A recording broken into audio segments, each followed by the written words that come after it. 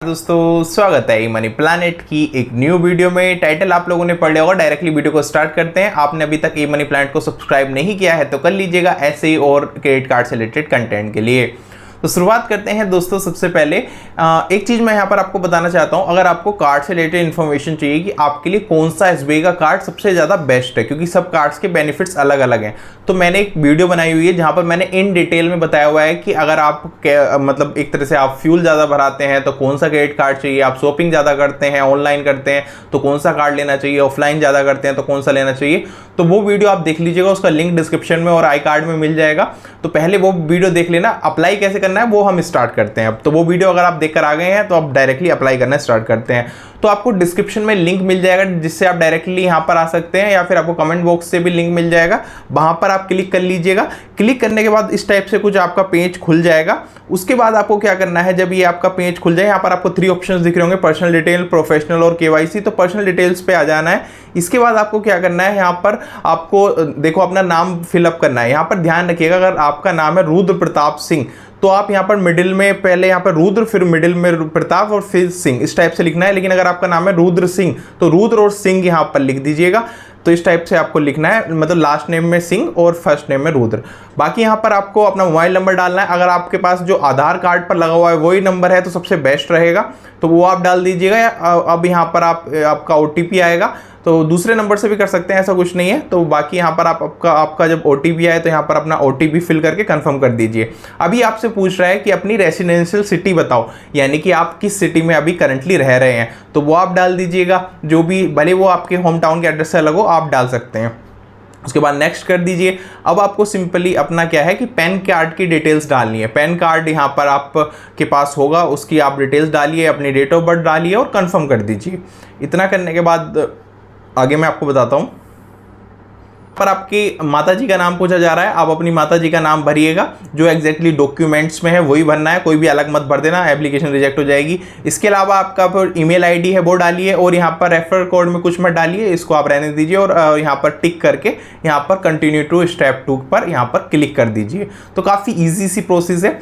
अब आपको यहाँ पर बताना है कि आप प्रोफेशनली क्या करते हैं। क्या आप यहाँ पर रिटायर्ड पर्सन है या फिर आप जॉब वगैरह करते हैं तो सैलरी सेलेक्ट कर दीजिएगा। इसके अलावा आपका खुद का बिजनेस है तो यहाँ पर आप सेल्फ एम्प्लॉयड सेलेक्ट कर सकते हैं। तो यहाँ पर आप लीड पर्सन पर क्लिक करेंगे। यहाँ पर आपको आपकी कंपनी का नाम पूछा जाएगा। अगर आपकी कंपनी प्राइवेट लिमिटेड है या रजिस्टर्ड है तो इस तरीके से यहाँ पर सर्च करने पर आ जाएगा। अदरवाइज अगर रजिस्टर्ड नहीं है तो भी आप डाल सकते हैं, ऐसा कुछ नहीं है। बस मेन है वेरिफिकेशन होना, जो कि आपकी सैलरी स्लिप ETC से हो जाएगा। तो यहाँ पर आप अपना कंपनी नेम सर्च कर सकते हैं। दूसरा डेजिग्नेशन यहाँ पर सर्च कर सकते हैं कि फॉर एग्जांपल आप मैनेजर हैं या फिर कोई और आपकी पोस्ट है। उसके बाद आप यहाँ पर कंटिन्यू टू स्टेप 3 पर यहाँ पर कर सकते हैं। अब यहाँ पर देखो, डिजी लॉकर सबसे ईजी तरीका है KYC कराने का इंस्टेंट।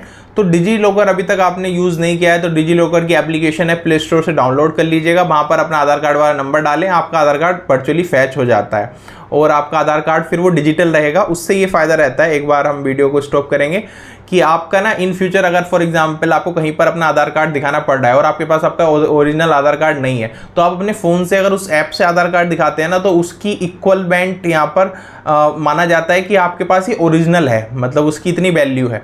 तो इक्वलमेंट होती है वो जो आपके पास ओरिजिनल है। अब आपको क्या करना है, यहाँ से KYC कर लेनी है। जब आप ये एप्लीकेशन डाउनलोड करके उसके अंदर एक बार आधार कार्ड फैच कर लीजिएगा, उसके बाद यहाँ पर आपको अपना आधार नंबर डालना है। आधार नंबर इस तरीके से आप डाल सकते हैं। यहाँ पर जो कैप्चा होगा उसको आप एज इट इज़ फिल कर लेंगे।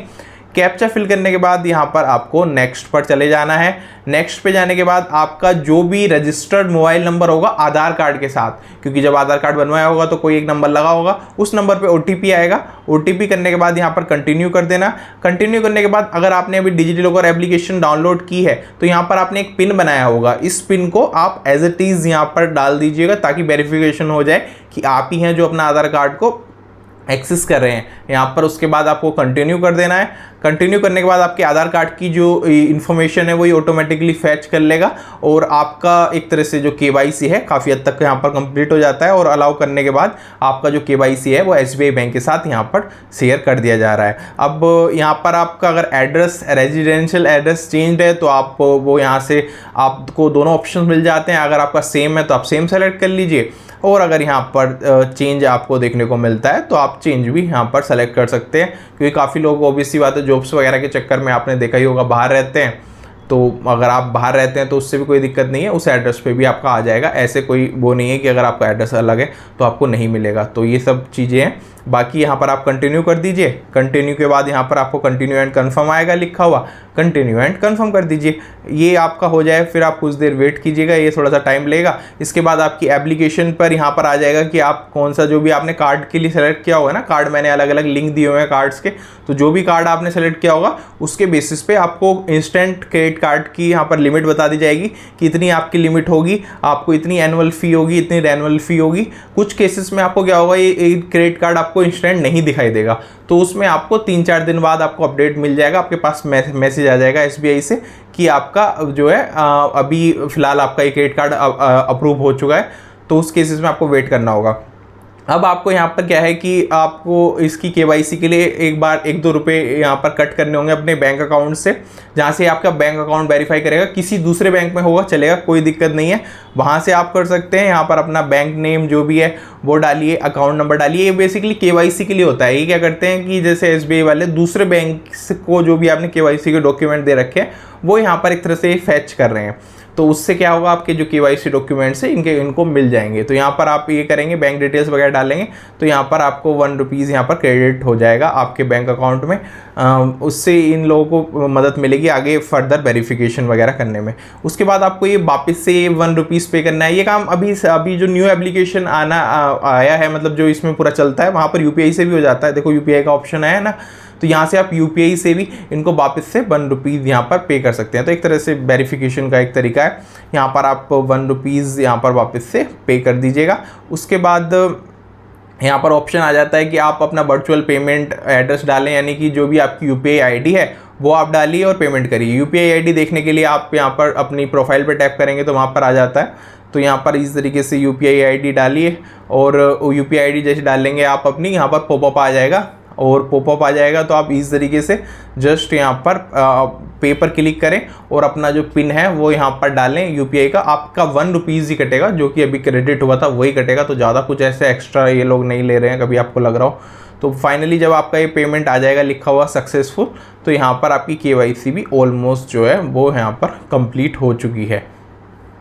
अब आपको यहाँ पर जो आपकी कार्ड है, अगर आपके पास ऑलरेडी कुछ क्रेडिट कार्ड्स हैं, आपकी प्रोफाइल अच्छी है, तो आपको इंस्टेंट जो है वो क्रेडिट कार्ड शो हो जाएगा। कुछ केसेस में आपको नहीं शो होगा, वो कहेगा कि आप वेट करिए 2-3 दिन का, हम लोग इसको वेरीफाई करेंगे, उसके बाद आपको अपडेट देंगे। तो इस टाइप से आप इस तरीके से यहाँ पर ये कर सकते हैं। अब आपको क्या करना है, नीचे की साइड आना है, यहाँ पर आपको आई एग्री पर क्लिक कर देना है, और उसके बाद एक OTP आएगा फिर से। यहाँ पर फिर से आपको जो OTP है वो यहाँ पर डालना है, और यहाँ पर OTP डालने के बाद आपको कंफर्म कर देना है। अब लिखा आ जाएगा कि कॉन्ग्रेचुलेशन, आपकी जो वर्चुअल कार्ड है वो इंस्टेंटली एक्टिवेट कर चुके हैं हम लोग।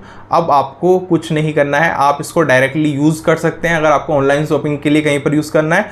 बाकी यहाँ पर जो आपका पर्सनल बेसिकली कह सकते हैं कि वर्चुअल के बाद जो आपका फिजिकल क्रेडिट कार्ड आएगा वो आपके एड्रेस पे 5 से 7 दिन में डिलीवर कर दिया जाएगा। तो इतना आसान है बनवाना, कोई ज़्यादा मुश्किल वाली काम नहीं है। थोड़ा सा टाइम लगता है, स्पेशली SBI के साथ ज़्यादा टाइम लगता है। दूसरे बैंक का मैं आपको दिखाऊंगा, देखना कितना फटाफट हो जाता है। तो ये है आपको पूरी प्रोसेस। अगर ये आपका क्रेडिट कार्ड बन गया है तो आप चैनल को सब्सक्राइब कर दीजिएगा और इस वीडियो को लाइक कर दीजिएगा। फर्दर कोई क्वेश्चन क्वेरी है उसके लिए आप कमेंट कर सकते हैं। फिलहाल इस वीडियो में इतना ही। थैंक यू सो मच दोस्तों इस वीडियो को देखने के लिए।